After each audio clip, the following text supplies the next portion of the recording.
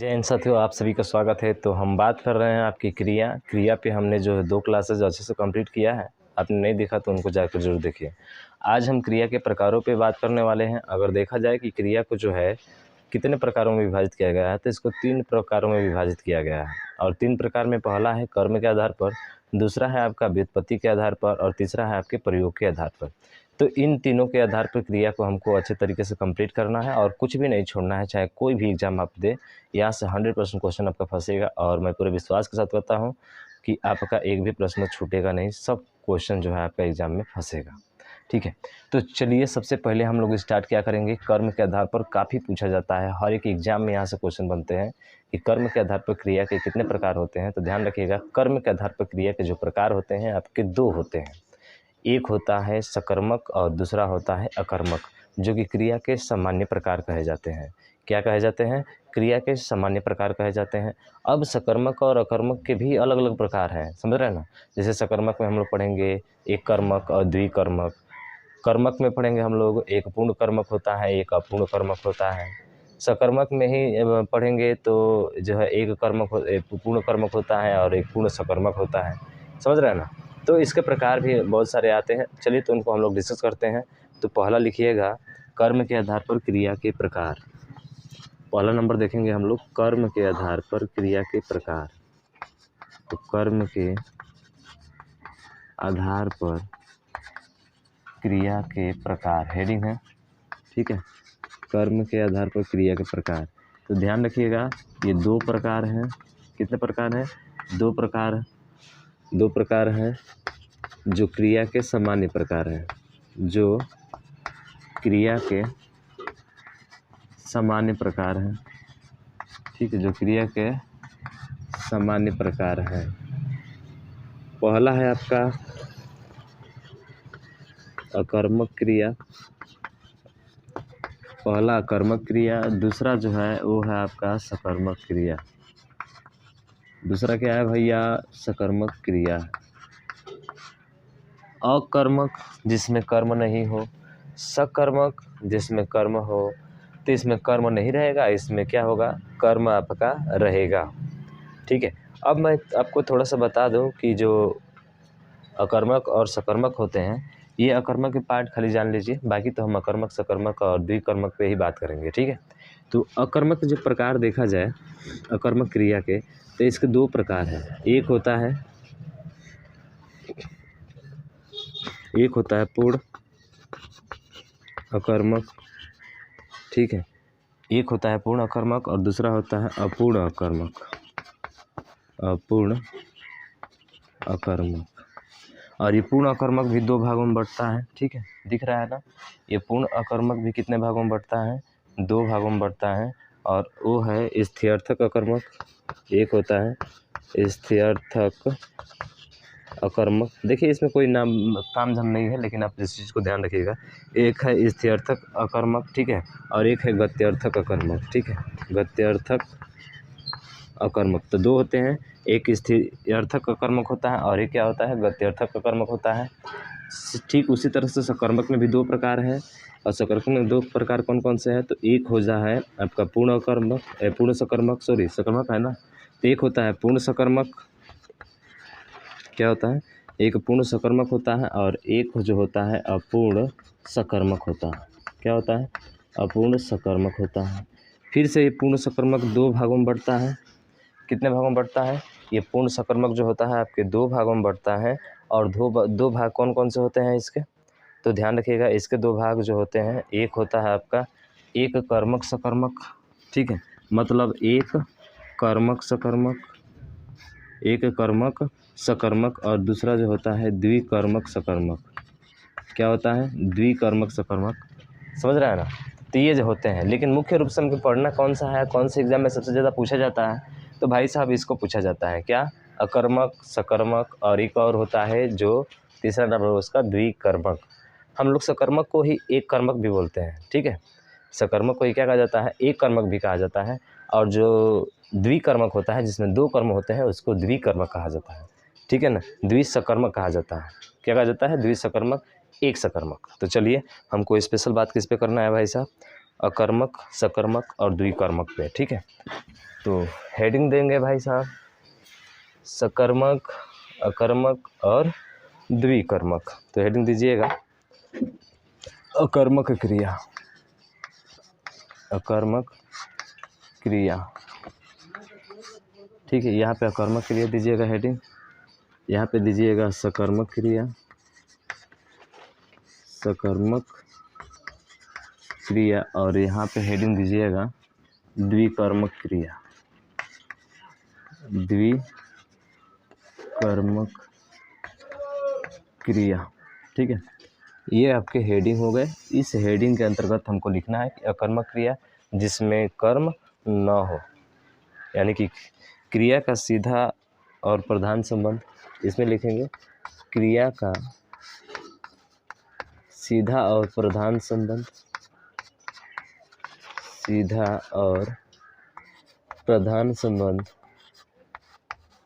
सीधा और प्रधान संबंध कर्ता के साथ होता है। किसके साथ होता है? कर्ता के साथ होता है, कर्ता के साथ होता है। ठीक है, इसमें हो जाएगा। इसमें लिखेंगे कि क्रिया का सीधा और प्रधान संबंध, क्रिया का सीधा और प्रधान संबंध, सीधा और प्रधान संबंध कर्म के साथ होता है, कर्म के साथ होता है। अब यहीं से इसकी परिभाषा से ही आपको ज्ञात हो गया होगा कि यहाँ पे जो क्रिया का संबंध होगा वो किसके साथ होगा? डायरेक्ट कर्ता के साथ होगा। और यहाँ पे जो क्रिया का संबंध होगा वो डायरेक्ट किसके साथ होना चाहिए भाई? कर्म के साथ होना चाहिए। तो वहाँ पे सकर्मक होगा, नहीं होगा तो अकर्मक होगा। ठीक है, द्विकर्मक क्या होता है? तो द्विकर्मक में देखेंगे तो क्रिया दो कर्म के साथ प्रयुक्त होती है। कितने कर्मों के साथ? तो क्रिया जो होती है, क्रिया दो कर्मों के साथ प्रयुक्त होती है, दो कर्मों के साथ प्रयुक्त होती हैं, प्रयुक्त होती है। इसमें दो कर्म होंगे। अब सर इतना तो अपनी परिभाषा लिखा दिया, लेकिन हमको इसको पहचानने का तरीका है क्या कोई? हाँ, तरीका तो है। तरीका नहीं रहेगा तो फिर कैसे काम चलेगा? ध्यान रखिए, तरीका ये है कि ध्यान रखिएगा, इसमें क्या होगा कि क्रिया के साथ, ध्यान रखिएगा, किसके साथ? क्रिया के साथ। पहचानने का नियम है, ध्यान रखिए, क्रिया के साथ क्या या किसको से, क्या या किसको से प्रश्न करने पर, क्या या किसको से प्रश्न करने पर, प्रश्न करने पर दोनों में से किसी का भी उत्तर न मिले, दोनों में से किसी का भी उत्तर न मिले, किसी का भी उत्तर न मिले, न मिले। ठीक है, किसी का भी उत्तर न मिले, यानी क्रिया के साथ क्या और किसको के से प्रश्न करेंगे। तो क्रिया के साथ क्या या किसको से प्रश्न करेंगे और प्रश्न करने पर क्या या किसको में से किसी का भी उत्तर नहीं मिलता है, वहाँ पे कौन सा कर्मक होता है? अकर्मक होता है। ठीक है, समझ गए? यहाँ पे क्या होगा? तो यहाँ पे जो होगा पहचानने के नियम में कि क्रिया के साथ, क्रिया के साथ क्या किसको से प्रश्न करने पर, क्या किसको से प्रश्न करने पर, प्रश्न करने पर किसी एक का उत्तर मिले, किसी एक का उत्तर मिले तो वहाँ सकर्मक क्रिया होती है। क्या होती है? वहाँ सकर्मक क्रिया होती है। ठीक है, ये भी नोट करके लिख लीजिएगा, बहुत आसानी तरीके से आप समझेंगे। तो क्रिया के साथ क्या या किसको से प्रश्न करने पर दोनों में से किसी एक का उत्तर जरूर मिलना चाहिए, और जब किसी एक का उत्तर मिलेगा तो वहाँ पे क्लियर है कौन सी क्रिया होगी? आपके सकर्मक क्रिया हो जाएगी। ठीक है, तीसरा इसमें पहचानने का नियम क्या है क्या किसको से प्रश्न करने पर दोनों का उत्तर मिले, क्या किसको से प्रश्न करने पर, क्या किसको से प्रश्न करने पर दोनों का उत्तर मिले, किसका मिले भाई, दोनों का उत्तर मिले। तो क्या किसको से प्रश्न करने पर दोनों का उत्तर मिले, वहाँ पे कौन सी क्रिया होगी, द्विकर्मक क्रिया हो जाएगी। क्या हो जाएगी, द्विकर्मक क्रिया हो जाएगी। आया समझ में, ठीक है। तो ये इसके पहचान के नियम हो गए। लेकिन एक चीज़ और है, जब हम लोग क्या करते हैं कि क्या या किसको से प्रश्न करते हैं तो कभी कभी हमें शुरुआत में मिल जाता है। क्या मिल जाता है, शुरुआत में मिल जाता है। तो शुरुआत में मिलता है ना, तो वो हमेशा अकर्मक होता है, वो कभी सकर्मक नहीं होता है। भले ही क्या या किसको से प्रश्न करे तो उत्तर मिल रहा है, लेकिन वो शब्द के शुरुआत में मिल रहा है ना, वाक्य के शुरुआत में मिल रहा है, जिसके कारण से वहाँ पे क्या होता है, अकर्मक क्रिया होती है। तो नोट करके आपको इसको भी लिखना है, ठीक है। तो लिखिए इसको, नोट करके नोट डालिए और नोट डाल के लिखिए, ठीक है। नोट डाल के इसको लिख लीजिए भाई साहब। क्या लिखेंगे, तो लिखेंगे क्रिया के साथ, नोट करके लिखिएगा, क्रिया के साथ, क्रिया के साथ क्या किसको प्रश्न करने, क्या किसको प्रश्न करने,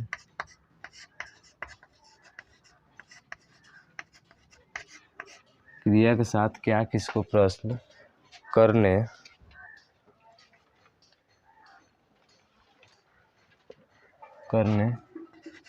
पर उत्तर मिले, उत्तर मिले तथा उत्तर की स्थिति, तथा उत्तर की स्थिति, तथा उत्तर की स्थिति वाक्य के शुरुआत में हो तो, वाक्य की शुरुआत में हो तो, वाक्य की क्या हो, शुरुआत में हो तो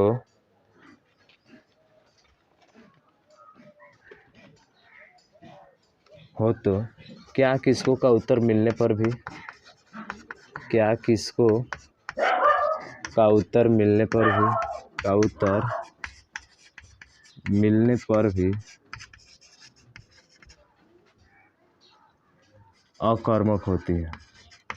क्या होती है, अकर्मक होती है। यानी क्या और किसको का उत्तर तो मिलेगा, लेकिन वो शब्द वाक्य की क्या होगा, शुरुआत में होगा। तो वाक्य की शुरुआत में होने की वजह से जो क्रिया होती है वो सकर्मक नहीं होती है, वो क्या होती है, अकर्मक होती है, ठीक है, अकर्मक होती है। जैसे देखिए, चिड़िया उड़ रही है। देखिए जैसे आपके सामने यहाँ पे वाक्य दिया गया है, अगर यहाँ पे देखा जाए तो चिड़िया उड़ रही है, तो क्रिया कौन सा है, उड़ना क्रिया है। प्रश्न करेंगे क्या किसको से, क्या उड़ रही है, चिड़िया। उत्तर तो मिल रहा है, लेकिन शब्द के क्या है, शुरुआत में है। तो शब्द के शुरुआत में होने की वजह से यहाँ पे कौन सी क्रिया होगी, अकर्मक क्रिया हो जाएगी। तो ये जो क्रिया होगी कौन सी होगी भाई साहब, अकर्मक क्रिया हो जाएगी। क्या हो जाएगी, अकर्मक क्रिया हो जाएगी। आया समझ में, ठीक है। पक्षी आकाश में बैठे हैं, क्या बैठे हैं, किसको बैठे हैं नहीं पता, क्या बैठे हैं, पक्षी। और कहाँ मिल रहा है, शब्द के शुरुआत में मिल रहा है, जिसके वजह से कौन सी क्रिया होती है, अकर्मक क्रिया होती है। ये भी कौन सी क्रिया होगी, अकर्मक क्रिया हो जाएगी, ठीक है। कौवा पेड़ पर बैठा है, क्या बैठा है, कौवा बैठा है। किसको बैठा है, नहीं पता है। इसका मतलब शब्द के शुरुआत में इसको भी मिल रहा है, तो भी क्या होगा, अकर्मक क्रिया हो जाएगा। ये भी कौन सी क्रिया है, अकर्मक क्रिया है। समझ रहे हो ना। अब देखिए, घोड़ा घास खा रहा था, क्या खा रहा था, घास। शब्द के शुरुआत में मिला है, नहीं। तो शब्द के जब बीच में मिलता है, शुरुआत में नहीं मिलता है, तो वहाँ कौन सी क्रिया होती है, सकर्मक क्रिया होती है। क्या खा रहा था, घास। किसको खा रहा था, नहीं पता। तो इसका मतलब यहाँ पे कौन सा है, सकर्मक क्रिया है। कौन सी क्रिया है, सकर्मक क्रिया है। समझ रहे हैं ना। उसके बाद से बच्चा नहा रहा था, बच्चा नहा रहा था, कौन सी क्रिया है। तो आप कहेंगे सर क्या नहा रहा था, क्या नहा रहा था, बच्चा। शब्द के कहाँ मिला, शुरुआत में। और शब्द के शुरुआत में मिलने से कौन सी क्रिया, अकर्मक क्रिया। तो ये अकर्मक क्रिया हो जाएगी। अभी तो ये छोटा सा एग्जाम्पल रहा यार, बहुत सारे एग्जाम्पल हमको हल करना है, ठीक है। इतना सारे एग्जाम्पल जो प्रीवियस क्वेश्चन पूछे गए उन सभी क्वेश्चन को हम लोग देखेंगे, ठीक है। मुझे आशा है कि आपको समझ में आ गया कि सकर्मक और अकर्मक क्या होता है। अभी द्विकर्मक की बात हम लोग करेंगे ढेर सारे एग्जाम्पल देंगे, वहाँ पे आपको पहचानना पड़ेगा कौन सा अकर्मक है कौन सा सकर्मक है। तो मिलते हैं हम लोग नेक्स्ट वीडियो में इसी टॉपिक के साथ, क्रिया के साथ, ठीक है। तब तक के लिए जय हिंद, जय भारत।